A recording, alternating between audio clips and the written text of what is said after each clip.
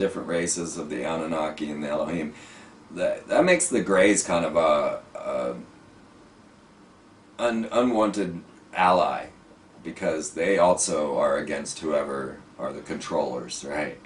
And revolted against them. And sometimes I think that the whole crossbreeding program that we hear about with abductees, and I studied that in depth, would be a program for them to exist on the surface. Now, we live in amazing times, and things are going on that people are completely unaware of and just not paying attention to. I mean, they're in the news, but when you don't have the right perspective, you don't know how to look at what you're seeing.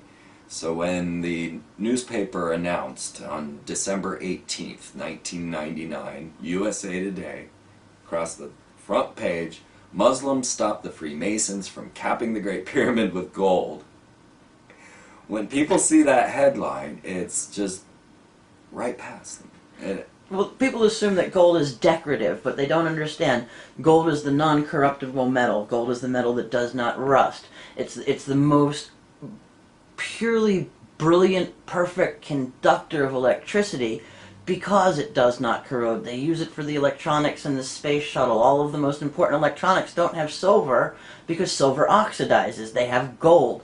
And so you're taking something that's already energetically designed in terms of creating an energy, and you want to cap it with the most conductive material, you know, that doesn't corrode and is going to stay, you know, brilliantly and perfectly conductive. You know, there's obviously an agenda behind that. I'm not sure what it is. well, we have some clues. Okay, so we've discussed the Large Hadron Collider, CERN. Now, the titles of their colliders are Atlas, the King of Atlantis, and Alice, that's through the portal, right? Well, there's also two colliders in America, and it's the Relativistic Heavy Ionic Collider, or what's called RHIC. And the RHIC has two colliders as well, and they are known as Phoenix and Star. Now, these are the code names Aleister Crowley used inside of the OTO. Now, when I went to speak with the High Priest of the Church of Satan, Rex Diabolus Church in Portland, I honestly didn't know I was going there to speak to him at the time, and that's when the big V-shaped craft flew over. One of my favorite stories, you know. Oh yeah, last weekend, what did I do? Oh yeah, I was going to Portland, had a big V-shaped craft fly over my car as I went through a Mormon temple and met the High Priest of the Church of Satan, who told me about his device to open a portal for the old ones to enter. I thought, curious.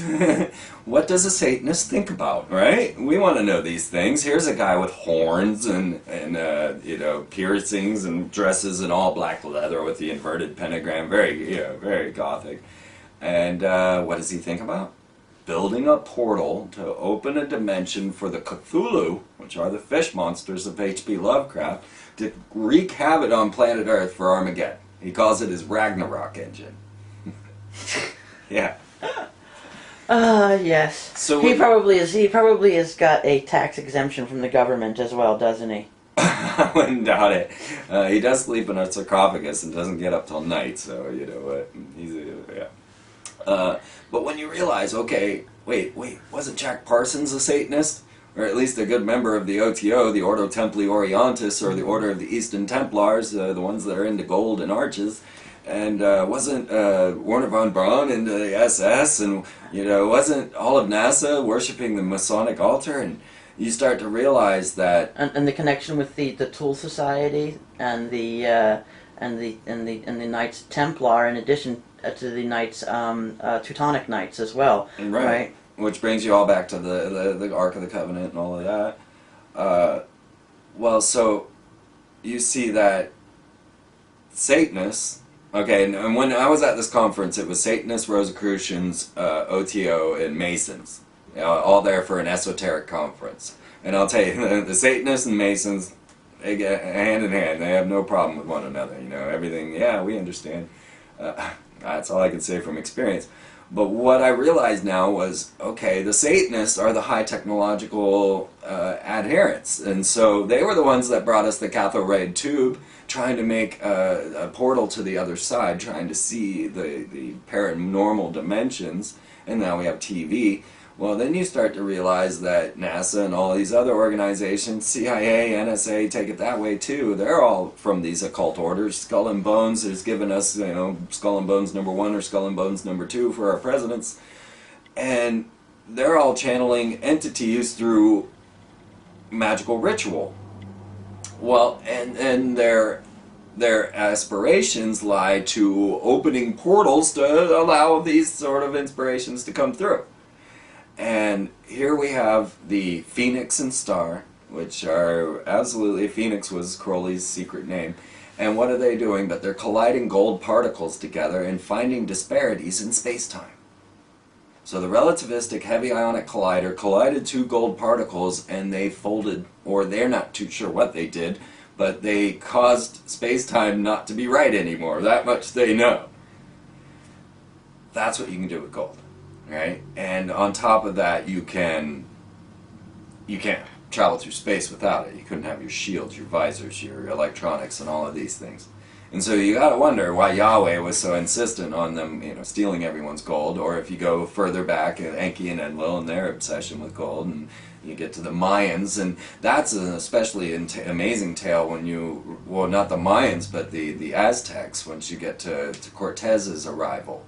But even sorry, I'm going to interrupt. But if you look at that, I mean, even in modern times, the obsession of modern monarchs, and when I say modern monarchs, I mean, of course, the banks with gold, right? King George, who is, for those who are in Europe here who don't know the American history that well, when we rebelled against England, King George was in charge, and we were rebelling against the fact that our taxes could only be paid first in gold and silver and then later in gold, and on the stamp tax. And because we didn't have that much gold, but the reason that we were being taxed in gold was because that was the coin of currency that the Bank of England was accepting. And people need to realize that the Bank of England is separate from the monarchy. It's privately owned, and that 70% of all of the taxes that they were collecting on the entire English Empire were going to fund the debt against the war, and the interest on that debt alone was costing them 75 or 70% approximately of their money incoming, and the banks wanted to be paid in gold. So this obsession with gold starts in the ancient world, and it becomes, the way to spur the common man on to create, what I would call a false revolution, of course, because we ended up paying reparations to who? To King George. Well, I was going to say the doors to the Philosophical Research Society, Manly P. Hall, 33rd degree. It'll come up, but there's one. Okay, so this is the ones that you have on your YouTube channel. Yeah. So on one door there's a reptilian with slit alien eyes, and he's being worshipped by what look to be Asians below him, and he's holding the pine cone. So the reptilian-eyed being is holding the pine cone, or the pineal gland, the passage to the other dimension. And then over here you have an amphibian man, and he's holding a staff that looks like a penis, or regeneration. So right there at the Masonic Philosophical Research Society by 33rd Degree Freemason, Manly P. Hall, on his library doors is the Sirius Alpha Draconis story, the reptile and the fish people.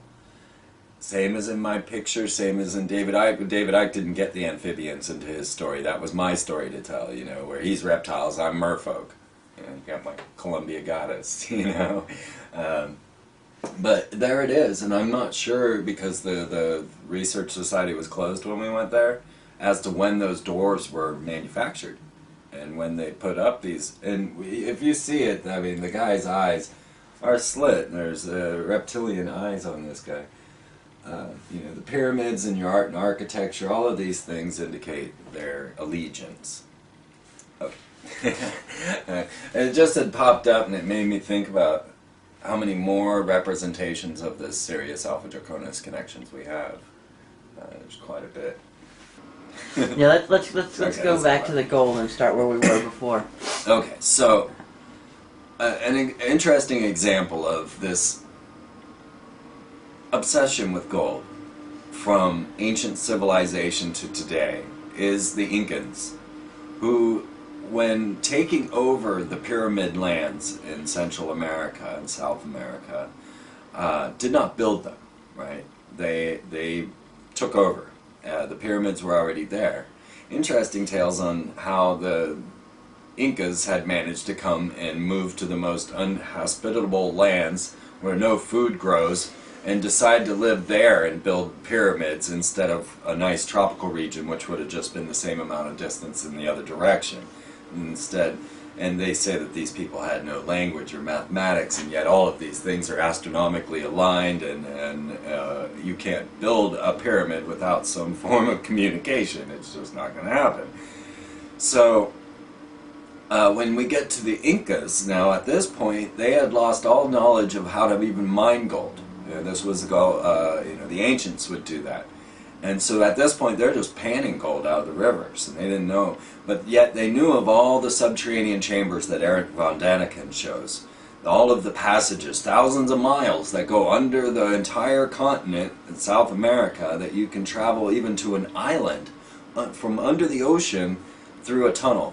And all of these tunnels are perfectly smooth wall, as if they had used some sort of laser drill to melt and smooth the walls as they went. So indescribable, inexplicable things there. Cortez shows up. Now, lo and behold, Cortez was sent, well, for one thing, to find the Fountain of Youth, right? So the elite have this idea of immortality that they're certain is possible, and they're working towards it. But second, the gold. They're going after all the gold. Cortez shows up on the day that Quetzalcoatl is supposed to show up and arrive. And all of the Incans had depicted their gods on the wall, and they have beards, yeah, and they're bearded white men. And so the Incans themselves grow no facial hair. None of the natives of that region grow facial hair, but yet their gods are depicted with it. And then here comes Cortez, lo and behold, and they say, Quetzalcoatl has shown up. Let's give them all the gold, right? Because that's what our job is on the planet. We mine gold for the gods to pass it on. And so if we were to take this to the modern age, currently we have the International Space Station, or what I like to call the ISIS, right? The ISS. And this International Space Station is a compilation of all of these different nations. And when we look back to the ancient tales of the Agigi, as you had mentioned with Zechariah Sitchin, the Agigi were a race that remained in orbit all the time, and what they would do is launch the gold to the Agigi that orbited planet Earth, and then when Planet X came close enough, they would launch the gold from the Agigi up to the planet Nibiru, right? Well, now we're to the point where we have the ISIS up there, and if you take this story into belief, then you realize that Japan is building a massive platform on the International Space Station that they say are for experiments. And they won't tell us why. There's so much effort put into this giant platform. Then you take into account that all the gold is missing. Gold's Fort Knox gone. The 30 million in gold under the Twin Towers. Well, I'll tell you, that entire story is actually a theme of Die Hard.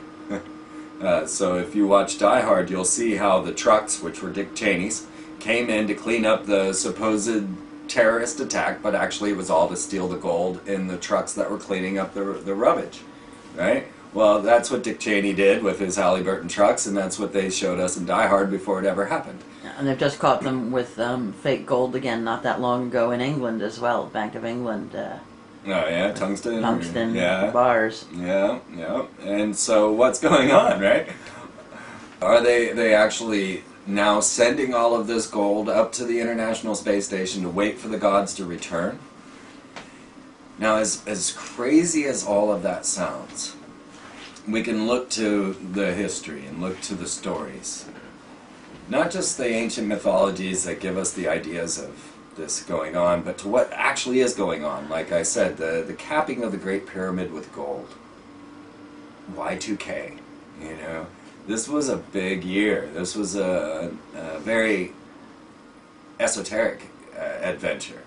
And what I believe it was that we were entering the Aeon of Horus that Aleister Crowley had predicted, the time of the crowned and conquering child.